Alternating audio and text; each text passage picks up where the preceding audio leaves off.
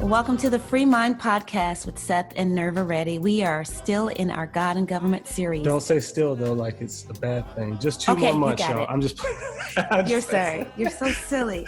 We are in our God and Government series, which we love. And we're excited about our guest today. She is doing such great work, and we're excited for you to meet her. Her name is Dr. Mary Grabar, and she's a resident fellow at Alexander Hamilton Institute for the Study of Western Civilization and author of the book Debunking Howard Zinn, Exposing the Fake History That Turned a Generation Against America. Welcome. That's where the boo track comes in. Yeah, this is such an honor to have you on here. We're so excited. You're just doing such amazing frontline work that is helping someone like myself who's on the very outer edge of millennialism climb out of my psyop hole and There you go. and learn that everything I've always believed is wrong. So, thank you for that. Yes, but we for our listeners who might not have heard of you, you have a cool journey and story. Can you tell us a little bit about how you've come to where you are today? Okay, well, my journey began where I was born in what was then communist Yugoslavia, in Slovenia specifically, and my parents brought me here to Rochester, New York when I was 2 years old, and I grew up in Rochester, and I, of course, didn't remember anything about communism in Slovenia, but I heard a lot of tales around the dinner table by relatives and friends that would come over and, learned about people being killed, hunger, persecution, and so forth. And I went back in 1969 when I was 12, and I got to see what life was like there for a little bit. And so I've always been interested in that and wanting to find out more about my family history. And when I went back to school, I went back to graduate school, I started reading these anti-communist books. And I actually got interested in a Black conservative writer by the name of George Schuyler, started a book on him. But before that, I was also writing on Howard Zinn and writing about the corruption of education. I was teaching college English. I had earned my PhD in 2002. And so I had written an article, and then I was asked to write a 20-page report and present it at the National Press Club in 2010. And this was by Cliff Kincaid, who used to be with Accuracy in Media, and then he formed his own nonprofit called America's Survival. And in 2010, Howard Zinn, at the age of 70, had died, and Cliff Kincaid requested his FBI file, which is over 400 pages long. And so, if you want to talk about corruption in education, Howard Zinn is, among the worst of the worst, Wow. He wrote communist disinformation, and as his FBI file showed, he was a member of the Communist Party for several years and dropped that membership around 1956 in order to infiltrate the institution. So he was still writing his dissertation for his PhD in history, and in 1956 he went to teach at Spelman College. And so I wrote that report, presented it, and I had an agent that was interested in that in 2011. Almost had a book contract, but that fell through because of the publisher that the editor was working for. And so I went on to other things, namely my project on George Schuyler, and started researching that. And that's still in process. Been working on that for 9 years.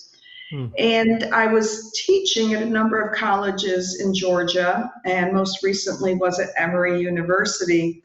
And then in 2013, the grant under which I was teaching expired. And in 2014, I went up to the Alexander Hamilton Institute for the Study of Western Civilization and became a resident fellow And that's where I work now. And my book on Howard Zinn, which I started working on in 2017, was written at the Alexander Hamilton Institute. And my book came out about a little over a year ago. Wow. Well, we're so glad that that you took the time to do that. I'm thinking, I've actually been to Spelman before. I sang with an artist there for a while, or I sang with an artist for a while. We went there on the trip. So I'm, thinking about that. Wow, that's a cool connection. But, you've had some interaction even with the Obama administration. I think you started is it a nonprofit called Dissident Professors, something like, can you tell us a little bit about that? Yes, it's dissidentprof.com, Dissident Prof short for professor.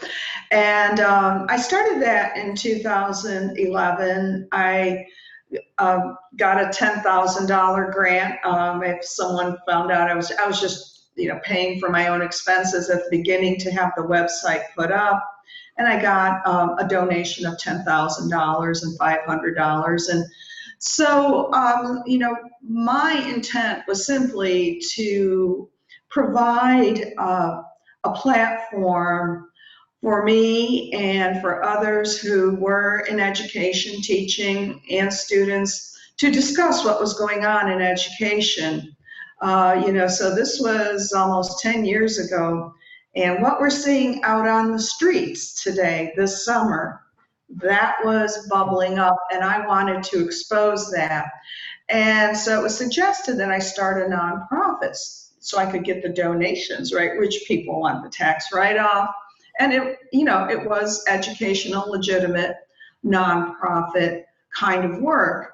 And it took me almost 2 years to get the IRS designation for the 501c3 as a nonprofit, because I learned that I had been caught up in Lois Lerner's, I think that's her name, scheme at the IRS.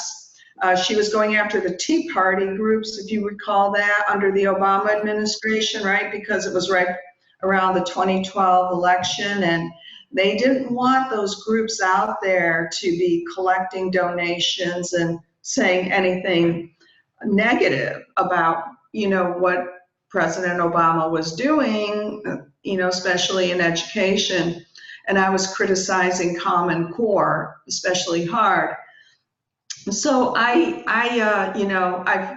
finally did get it, but I know what it's like to have the government against you, and you're just doing something that should take about 3 months total, and it takes you almost 2 years, and you get stonewalled, and you know what it's like probably just to call the IRS, right? You plan on spending your morning on hold anyway. And so I was part of a class action lawsuit against the IRS for viewpoint discrimination. So I have the website up, and I have a subscriber list, so I encourage people who are listening or watching to go to dissidentprof.com and sign up for my newsletter. I inform readers about articles I've had published, or if I'm doing speaking engagements, or if I'm doing shows like yours. Wow. So you're saying the executive government weaponized the IRS against a citizen for their political opponents. Now that's just crazy talk. But anyways, we'll just, I get it. Yeah. It only goes on in communist countries, doesn't it? Exactly. Yeah. So we might have to edit that out of YouTube so they don't censor us. We haven't. What I found interesting, there's a couple stories you tell in your book that were unique, and it's Howard Zinn's impact on popular culture and his connection to Hollywood and actors, stuff like that. It's really interesting. I want you to tell our listeners about. But one of the things that stood out when I was reading that, and I don't know if you're familiar, if you watch The Office, but there's an episode, I think it was season 8 or 9. So James Spader plays the part of Robert California. He comes in as the boss, and he's supposed to be like this kind of weird genius guy. on the show, and the other guy comes in that's underneath him, and just to get, to make sure they still have Columbus Day as a holiday. And, he looks at him and he's like, well, Columbus committed genocide against, an entire population of indigenous people. And anyway, so again, you show how these Zennian ideas are put in the mouths of, particularly in the mouths of geniuses, in this show. But he has a really interesting connection with Matt Damon and Good Will Hunting that I did not know about. Blew my mind. Can you talk a little bit about that? Yeah, well, Good Will Hunting, which won awards, came out in 1997, and it's a story about a 20-year-old working class guy who's a janitor at MIT. And of course, it's, playing up the Marxist class conflict thing in the script. And Matt Damon is playing this natural genius who is troubled. And he gets in, and a professor notices him and wants to get him into school because he recognizes his genius. And the Matt Damon character, Good Will Hunting, gets into a fight, and in order to, not be punished by the law, he has to get this counseling and stuff. So he goes to his psychiatrist, who is played by Robin Williams. And Robin Williams has a bookshelf full of books, and there's a multi-volume history of the United States. And Damon looks up at that and says, history of the United States, if you want to read a real history book, read Howard Zinn's A People's History of the United States. It will knock you on your butt, or he uses the other word.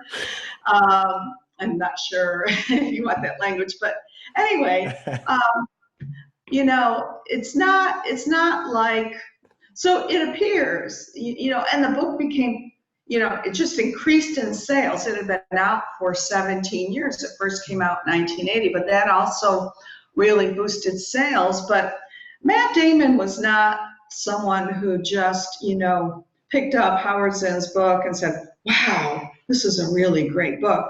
Matt Damon was the next door neighbor of the Zinns as he was growing up.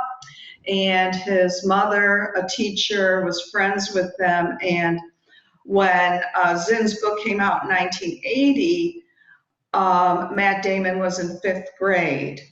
And so Matt Damon and his brother, I think, had gone over to, next door to the home of Howard Zinn and his wife Roz, and gotten cookies and stuff.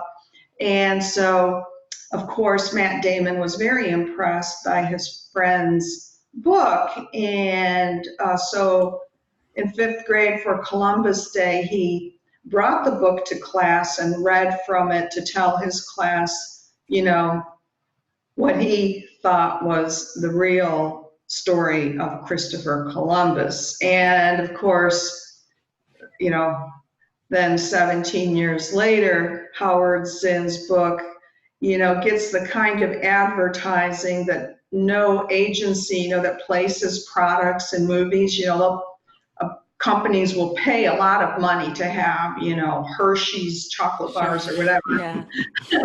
Or, Quaker Oats, whatever, placed, so people can, see the brand name. But, there was Zinn's book, and so, it's, that's just one of the ties he has to sort of this Hollywood culture. Jane Fonda was a good friend of his. Rock bands played tributes to him when he died.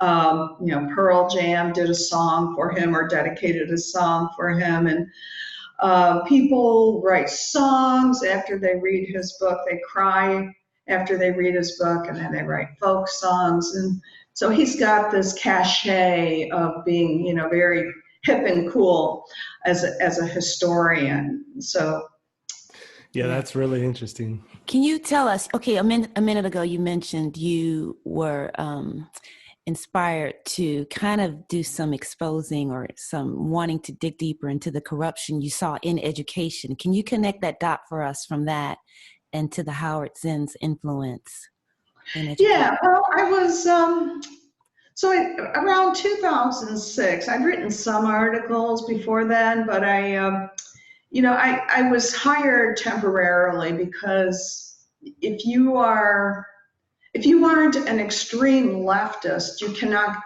and this was true 20 years ago, you couldn't get a permanent teaching job that would lead to tenure. So I had a series of these temporary semester to semester jobs. And I, started writing for places like Town Hall and Front Page Magazine and the Old Weekly Standard. And when department chairs, and in one case, a college president, got wind of what I wrote, then all of a sudden, there was no more work for me the next semester. Wow. So, and that was even 20 years ago, you mentioned. That was around that time. Yeah. Oh, wow. Okay. Yeah, so this is a long time in coming. So what you're seeing in terms of, statues being knocked down, of the University of Chicago English department giving themselves over to Black Lives Matter, which is really a Marxist organization, as you probably know. Yeah. That's been building up. This didn't happen overnight. They have been in there. It's been the long march through the institutions for decades, since the 1960s. But I was trying to expose it. I was trying to warn people because I'm on the inside, and when you're talking about some of the crazy things you hear and see in English departments, like lay people, like regular people, they don't believe you. They wouldn't believe me. And Howard Zinn was just one of those sort of well-known public figures in education that I had come across. And so I wrote an article, I think it was for Front Page Magazine at the time. And, that got me noticed. But these things in academia, I mean, when I was teaching at Emory University, when I walked to my class, I taught 2 classes, and this is in the English department, I would walk past the office of this professor who within the English department was the director of sexuality studies, and on his door were gay pornographic images. This is in English. This is where you're supposed to be learning about Shakespeare and reading Mark Twain. It used to be that, but learning how to write. So anyway, that was, so I've sort of, since I've seen what has happened to, the humanities, I've had this compulsion to expose what's really going on. So good. Yeah, wow. And you, even in your book, I think you talk about how they're starting to teach this stuff in middle school and even high schools. And can you, just inform maybe parents that, like, what? They're teaching this? Yeah. So one of the things I would do when I was writing is I would sort of go undercover to these teachers' conferences. And that was a very eye-opening experience because these teachers, on the taxpayer's dime would travel for these conferences, and Howard Zinn would come up. And back, 10, 11 years ago, what they were doing was they were photocopying pages from his book, handing it out at the beginning of class, and collecting it at the end of class, so parents wouldn't find out. But yes. Yeah, you learn a lot by going and listening to teachers and pretending to be one of them. And but now we have the Zinn Education Project, which is a nonprofit. I don't think they had any trouble with the IRS setting that up. So that actually started, I think it got launched in 2008, and it was actually funded by one of Zinn's old students, because after Zinn got fired in 1963 for insubordination. He got a job at Boston University and taught there until he retired in 1988. But at Boston University, one of his students from the 1970s went out and got quite wealthy, in our evil capitalist system. So he, right? So he decided to, in his words, give back, started the Zen Education Project. And it is very influential. What they do is they make downloadable lessons from Zen's book for teachers to use. And then for every day of the year, they'll mark a special radical holiday. And so they've been, for several years now, encouraging teachers to teach about Black Lives Matter since it got started, encouraging teachers to wear the Black Lives Matter t-shirts. They teach the Black Panthers as if they were civil rights activists. They talk about Native American rights, and also they have lessons on Columbus. And they offer an Abolish Columbus Day kit for teachers to use in school, in their classroom. So these kits have sample resolutions. They have sample letters for students, to sort of compose for their own schools or their cities to change Columbus Day to Indigenous Peoples Day.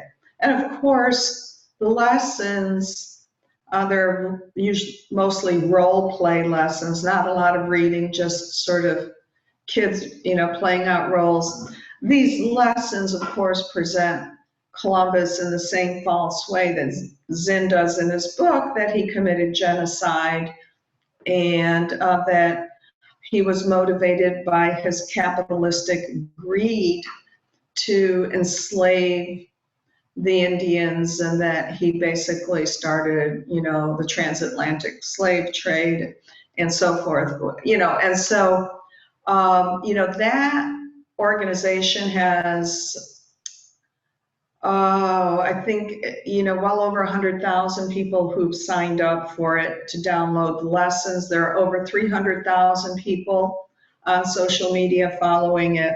So it has a wide reach. And one of the things I also point out in my book is that it's not only a people's history of the United States, but it's the spin-off products that get out there. There are graphic adaptations, there are people's histories of individual subjects like art history, the Civil War, the Revolutionary War. His book is quoted at length in books for children. So he's really kind of filtered throughout education and throughout our culture. Yeah, I think that's one of the things that most people are probably really familiar with what he taught, but have never heard of him. I had never heard of him until this year. But when I began to see what he taught, I'm like, well, that's just the canonical view of what we all grew up watching Disney movies, and everything we believe, right, is presented in here. And it's on the mouth of, people like, it seemingly like AOC. It's producing the fruits of what we're seeing in these riots. It's all connected in critical theory and neo-Marxism. But this would be, I guess, you talked about the long march to the institutions. We've mentioned that a lot on the show in the past, but I think we sometimes might think that was just a kind of pretty language they use, but you're saying they actually put feet to the ground and infiltrated the academic world. And this would have been the historical side of academia that gave thrust to a lot of this overall viewpoint we're seeing today. Is that right? Yeah, I think a lot of times people don't want to, say communist. They'll, and I get this a lot. People, on the conservative side will say, are you sure he was a communist? Because you don't want to be accused of red baiting. That was what was used in the 1950s. You're a McCarthyite, but Howard Zinn's FBI file was analyzed by the historian Ron Radish, who also had been a member of the Communist Party, and he compared Zinn's file to his own FBI file. And so he knew what the FBI had gotten right about him, what kind of informers were telling the truth. And so he determined that Howard Zinn was a member of the Communist Party. Now, Howard Zinn, like all good communists, denied it. But in the mid-1950s, a lot of the communists were ordered by the party to drop their official membership and to sort of go undercover and spread the word. And Zinn, I think, dropped his membership around 1953, and in 56 he started teaching at Spelman. And of course there he radicalized the students. He told them he made them question the rules of the administration about going to chapel. He called it a meaningless ritual or something like that. Wow. About curfews, about the dress code, and turned them against the administration and got them into a lot of trouble. A lot of this, he claimed, was under civil rights activism, but most of it really was to radicalize them, and he turned them against the president and his administration. The president was for civil rights, but he wanted to maintain an academic environment. He didn't want, his students turning into these, communist radicals, which is what Zinn was doing to them. And one of his famous students was Alice Walker. If you know.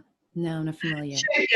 She's a writer, but Emory University, where I taught, has her papers now. I actually went through her papers and quoted a letter between her and Howard Zinn because they remained lifelong friends. Okay.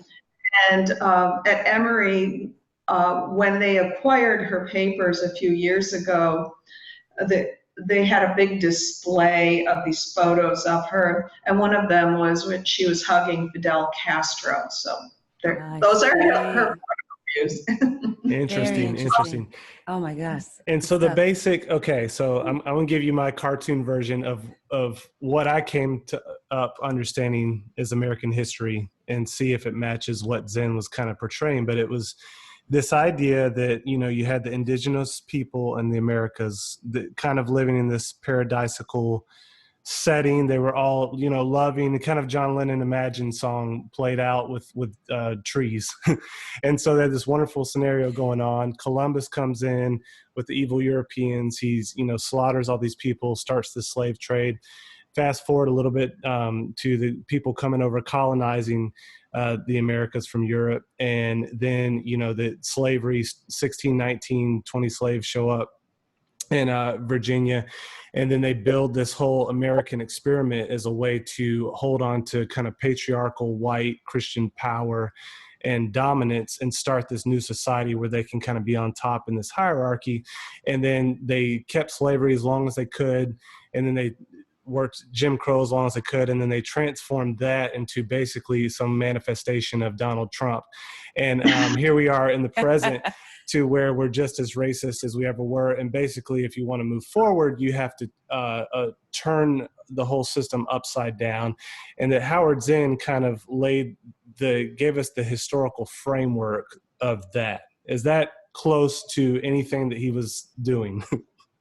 No, you've summed him up very nicely. It's that's the basic narrative. And as you said before, a lot of people, even if they haven't read Zinn, he popularized this version. He was, beginning with Columbus, he was quite proud that by 1992, the 500th anniversary of the discovery of America, there were protests and people were accusing Columbus of genocide, and Howard Zinn was quite proud of his role in that because he popularized that idea. Of course, that was an old idea coming, going all the way back to Friedrich Engels of Marx and Engels. But this notion also that the Native Americans or the Indians were like these sort of proto-hippies, which is the way Zinn presents them. They're all living in harmony with each other, in tune with nature. Women have been liberated, they have a decision-making role. People are free. There's no spanking of children. They're open. There's equality between the sexes, and there's no war. Well, that's not true at all. I mean, if you read about what life had been like on the continent, before the colonists came, there were constant territorial wars. They didn't have private property in terms of land in the exact way we understand it, but there were brutal battles over territory to control. I mean, there are over 500 tribes, and the women were not equal decision makers for the vast majority of these different tribes. They were the drudges. They were out there farming with like a stick, poking the dirt with a stick and planting seeds and, weeding and stuff, while the men were off hunting or fishing, or engaging in warfare. And it was a brutal life for the most part. It wasn't an easy life. There was hunger, and there were raids on other tribes. And when there were raids, typically the women and the children were sort of adopted into the new tribe, but the men who were captured were tortured to death. And then there was often they were eaten. There was cannibalism. So it was not, an advanced culture. And of course, the way Howard Zinn presents it, he presents all 500 plus tribes as being the same, right? But there's a great diversity. Some were, were more, farmers, others were hunter-gatherers, some were more warlike, some were peaceful. But Zinn, as you sort of aptly described his view of history, which is this cartoon version, Zinn presents them all as being, the same, that they're all peaceful, loving, kind of. I mean, Zinn was someone of the 1960s. That's his favorite decade, and so he's presenting them as sort of as living in a commune, as the 60s radicals thought they would. Those usually didn't work out, but it's a propagandistic version of history, and it's basically the same version that other communists have put out. Howard Zinn was just very, very skillful at writing this propaganda that drew people. I mean, people really get lured by his writing style. And so, if you read the typical communist writings, they're dreadfully boring. And your eyes glaze over. But Howard Zinn was an evil genius in terms of writing. He really knew how to draw the reader in and to present this kind of fairy tale of American history. Wow. That's really interesting. So, but speaking of his writing, sorry, you mentioned that if you were his professor, that you would flunk him because his writings, actually he wasn't great at, I guess, following the literature rules and how you write papers and things. He did a lot of kind of plagiarism or things like that. Can you touch on that a little bit? Sure. Thank you for bringing that up. Yes. So Howard Zinn, his claim to fame is mostly based on Columbus, and that he demythologized Columbus, right? And his opening pages are very famous. There's even a scene in The Sopranos where the teenage son is reading a passage from Zinn's book, and his parents get upset. And of course, there's this long debate because they're Italian. But I was reading this, and as you know, when I started writing this book, I knew his book was anti-American, and I thought I would just be exposing the bias. But even though Zinn doesn't use any footnotes, he does have something of a bibliography. So I looked up one of the books in his bibliography for that first chapter, and I had been going through Zinn, and I'm reading this book, and it's a thin little paperback by Hans Koning, about 100 pages long, and I'm reading it one cold January night, and I'm like, this sounds awfully familiar. It's kind of the same feeling I would get sometimes when I graded students' papers. Like, have I read this someplace? Or this does not sound like a student. And then you look up the original. And for the first 5.5 pages of Zinn's book are passages from Hans Koning's book. All Zinn did was change around a few words. And this is for those who've taught English, if you're teaching any writing course or freshman composition, first day of class, you go through the syllabus and you say, plagiarism is very, very bad. There are serious penalties, and it's laid out, you will definitely fail the paper. You may fail the grade. It will go on your record. If you do it more than once, you will be expelled from college. Well, Howard Zinn does this for 5.5 pages. And the book, furthermore, that he's copying from is not even a history book. It's a book written by one of his pals in an anti-Vietnam War group, Hans Koning.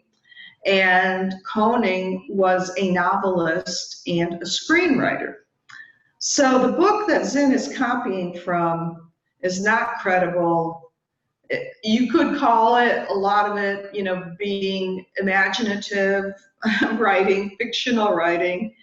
And, no one's heard of Hans Koning, but everyone's heard of Howard Zinn, and Zinn made a lot of money and really did not give credit to Koning. And you just don't do that when you're writing. You don't, take whole chunks of someone else's writing and present it as your own. Yikes. Wow. And so it'd be sort of like writing a history on Scotland and using Braveheart as a source for your history. That's really interesting. Yeah.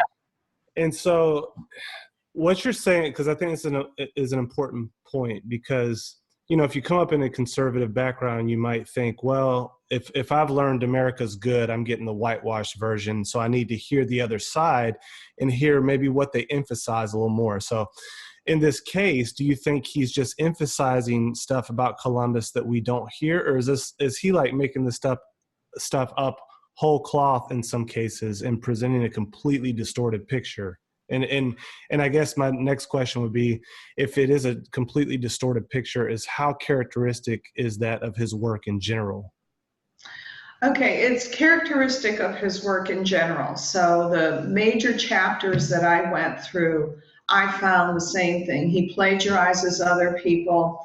What he also does is he quotes deceptively.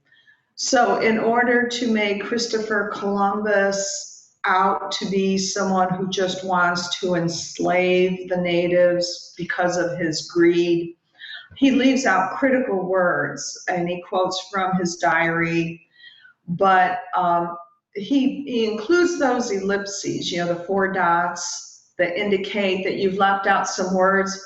But they're not, those words that are left out are not ones that change the meaning. And usually it's just a few words, or it's a sentence maybe.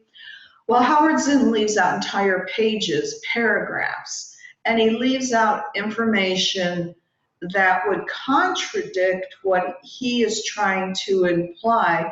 So he quotes a sentence from Columbus.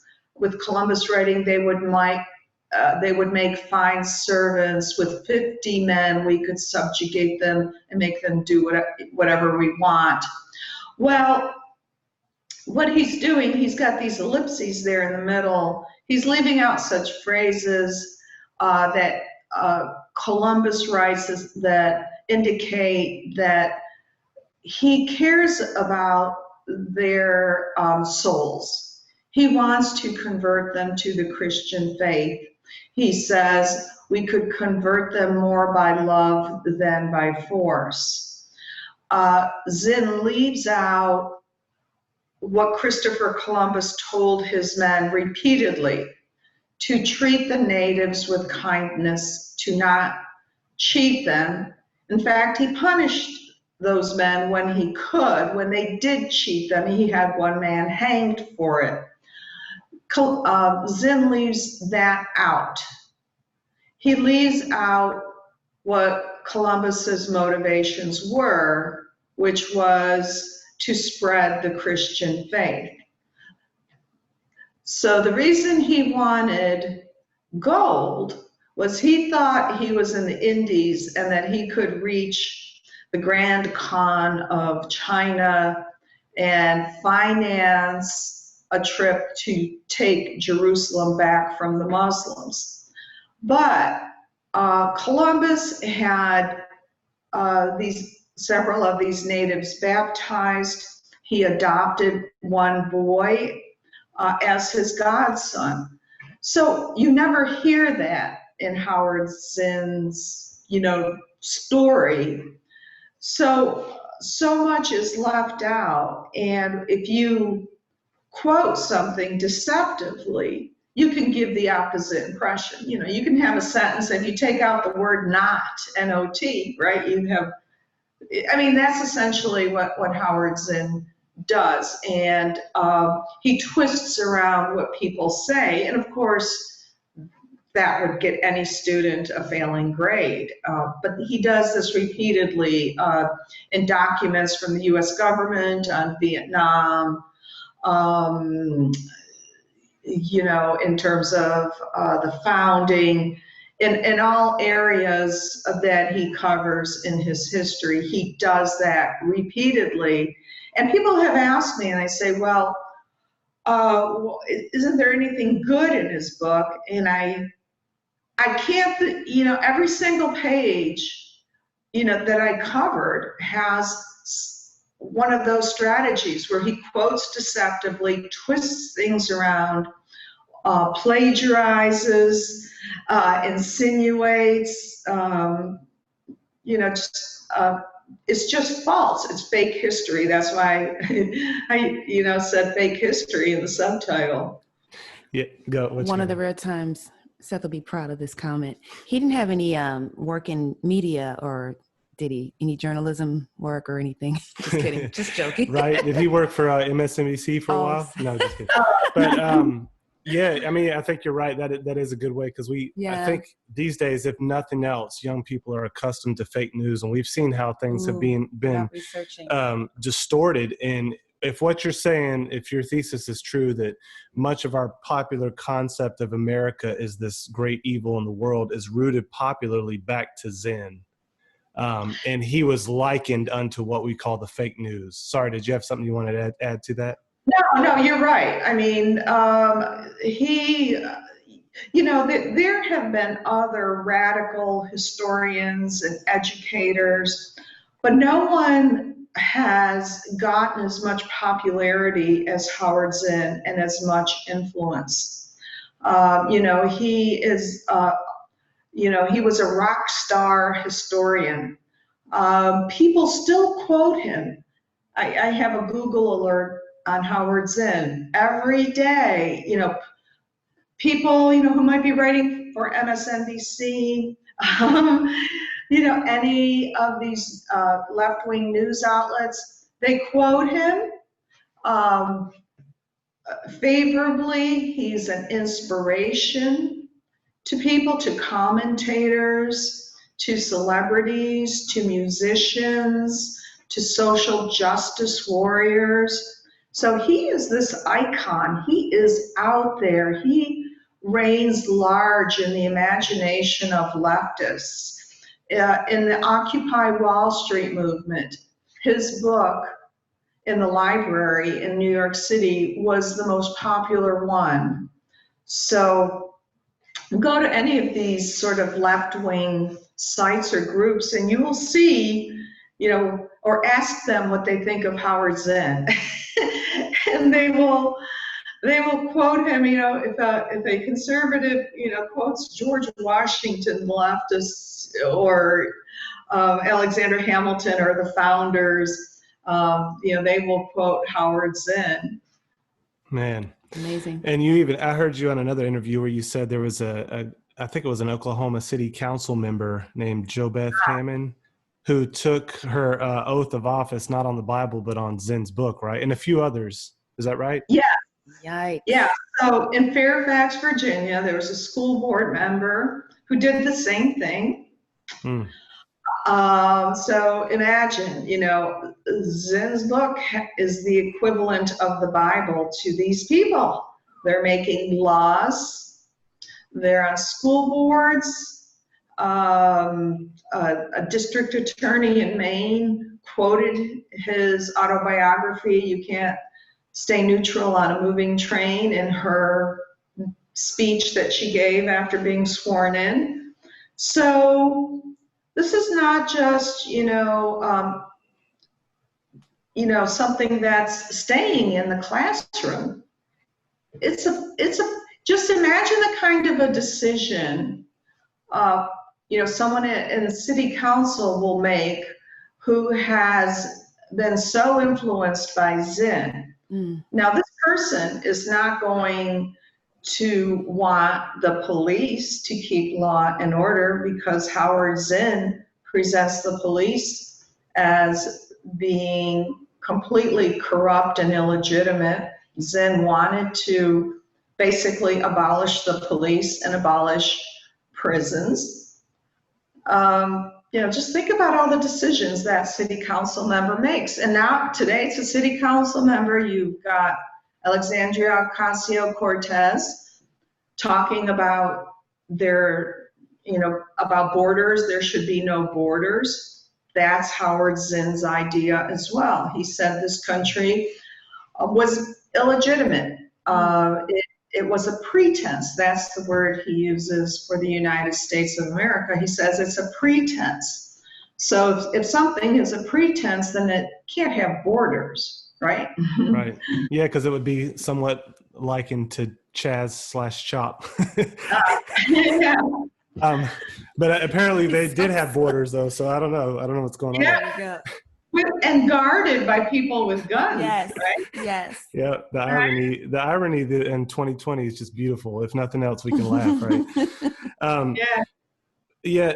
So, I think it's frustrating for many people because I think you mentioned this earlier, but this book, The People's History of America, I don't know if that's the exact title, but it's taught university, it's taught AP courses in high school. And so you come into it thinking, man, this is neutral history that your parents don't want you to know about. And you grow up in this, you begin to apply it politically, it makes its way in Hollywood. So it becomes this ubiquitous force. So what are lay people supposed to do? And I think number one is buy this book, Debunking Howard Zinn. Yes. I like to talk about, you got your woke kit and that would be, I think Howard Zinn's book would be in that, with Robin DiAngelo's and Ibram X. Kendi. And, if you want to become woke, here's a kit. So if you want woke proof, I hate to use the word vaccine, but if you want a woke proof vaccine, put this one in your in your list: Debunking Howard Zinn, Exposing the Fake History that Turned a Generation Against America. And I would imagine you have footnotes in there leading lay people, if they want to get more accurate history. We're not looking for whitewash, we're not looking for Marxist wash, but you want somebody that's given a balanced view of what really happened as best as they can, at least honestly quoting the primary sources and not intentionally distorting them and then ignoring the stuff that contradicts their thesis. Do you give some of those in your book, and what would be some of those books that the lay folks should begin to look at if they want to work against this narrative that's so present in our culture? Yeah, well, I have about 1,000 footnotes, and I did extensive research, and I used reputable historians to refute Howard Zinn, historians who are both on the left and the right, as long as they're factually accurate. I've gone through papers at Emory University. I've been through Howard Zinn's own papers at New York University. I've been to the Library of Congress, looked at the papers of the NAACP, which was an organization that Zinn just poo-pooed, right? He liked the Black Panthers. I would also suggest the historians that Zinn disparages. Like, he disparages Samuel Eliot Morison, who was probably the best known historian when it came to Columbus, because Zinn wanted to promote himself. So read his book. Bernard Bailyn, he just died at the age of 97 a couple months ago. But when I was talking about, what life was like when people came to Jamestown, it wasn't this Shangri-La of, the Garden of Eden or anything like that. But Bernard Bailyn is, I don't know if he would have called himself a conservative. He really didn't get political, but it's a balanced look. It's a book called The Age of Barbarism, and he talks about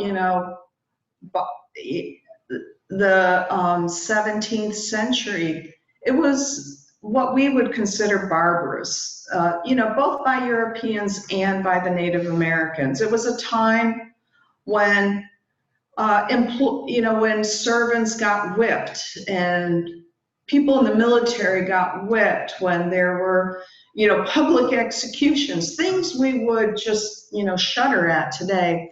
But he is a very reputable historian. But for a good counter to Zinn's book, for just a general history book, is a book by Wilfred McClay called Land of Hope. And it just came out a little bit before my book did, and it's a good balanced history. So, of course, it was Abraham Lincoln who called America the land of hope. And then Ronald Reagan used that when he was in his 1964 speech for Barry Goldwater, when he was relating an incident from a Cuban exile. He said, if America goes, what other place is there? Mm-hmm. This is the last best place. It's the land of hope. So the land of hope, just for general history, I would highly recommend. Okay, very good. And one more question: what are the top 3 takeaways from Howard Zinn's work and its effects on young people and our culture today, you would say? Well, as I was at the White House Conference on American History, and I had 5 minutes. Okay, you got it. My remarks, right? And President Trump came out and said, this is corrupting our young people, and he was, following what I had said. But if you read Howard Zinn's book, and if you don't know any better and you get wrapped up in it, you get angry and you become depressed. People say they cry. But what Zinn presents, chapter after chapter, is the story of people who are oppressed. They rise up, they try to get reforms, they're pushed back down by the oppressive regime, and on it goes. There is a glimmer of hope, and it's usually in a violent uprising. And so Zinn's thesis is that this country is irredeemable. So, women got the right to vote. Well, that really doesn't make any difference. Civil rights laws don't make any difference. Child labor laws. According to Zinn's view, we have never made any progress. The only glimmer of hope on the horizon is through a communist revolution. So against this picture of the United States as this oppressive regime, he falsely points to other countries that have tried communism. And of course, that's false as well. He'll say, that these were local democracy movements and the United States quashed them. But for Howard Zinn, the hope is in communism. Wow. America is not the land of hope. The hope is in communism. And so the sum total of reading the book is this idea that this country cannot be reformed. The only way to bring about any reform is to overthrow the government as it has been established and to replace it with a communist regime. Wow. Well, here's my last question to end on a more positive note. Hopefully, we'll see. But do you have, being out there in the front line, doing the work that you're doing, which is so amazing, and we're so thankful that there are people out there like yourself doing this. But do you have much hope or optimism that we can recapture young minds in America and give them a more accurate view of history that would inform their approach to America and politics in the future? Well, I have to have hope. I can't stop, trying to do what I can to get the word out. And I'm hoping that, if there is an alternative, up to this point, a student who was assigned Howard Zinn's book, who may have been questioning what he was saying, would not have had another book to look at and to, bring to class, or even to, just cite something that I say, or maybe, if others have refuted Zinn, to come back and ask his teacher, well, what about this? And, I noticed that Zinn, leaves out these critical words, and that his sources are not reputable. So that's my goal, to have that out there. And you've got to keep spreading the truth, and not as that this country has been perfect or anything, but in terms of what life was like in the past and compared to what life has been like in other countries. As an immigrant, I recognize that this is the best place on earth. And so, with shows like yours and, people spreading the word, it's got to get out there. At least it's out there. And I know that since the White House conference, the people on the left have acknowledged me, the leftist professors. And so I think President Trump has done a great thing, and people who are, spreading the word are doing a great thing. And, if you get to 5 people, if you get to 500 people, it will spread. Wow. So I have faith that will happen. Wow. Amen. Well, so good. We will take hope with you. Yes. Yes. Well, thank you so much. This has been just such a treat for us, and we've learned so much already, and can't wait to keep following you. We subscribe to Epic Times. We see that you write for them as well, and so we're going to continue to read your books as they come out. Look forward to the new one. And then, thank you for what you do. We will put you on our prayer list for Frontline Warriors, and we appreciate it. Okay, well, thank you very much. Thanks for spreading the word.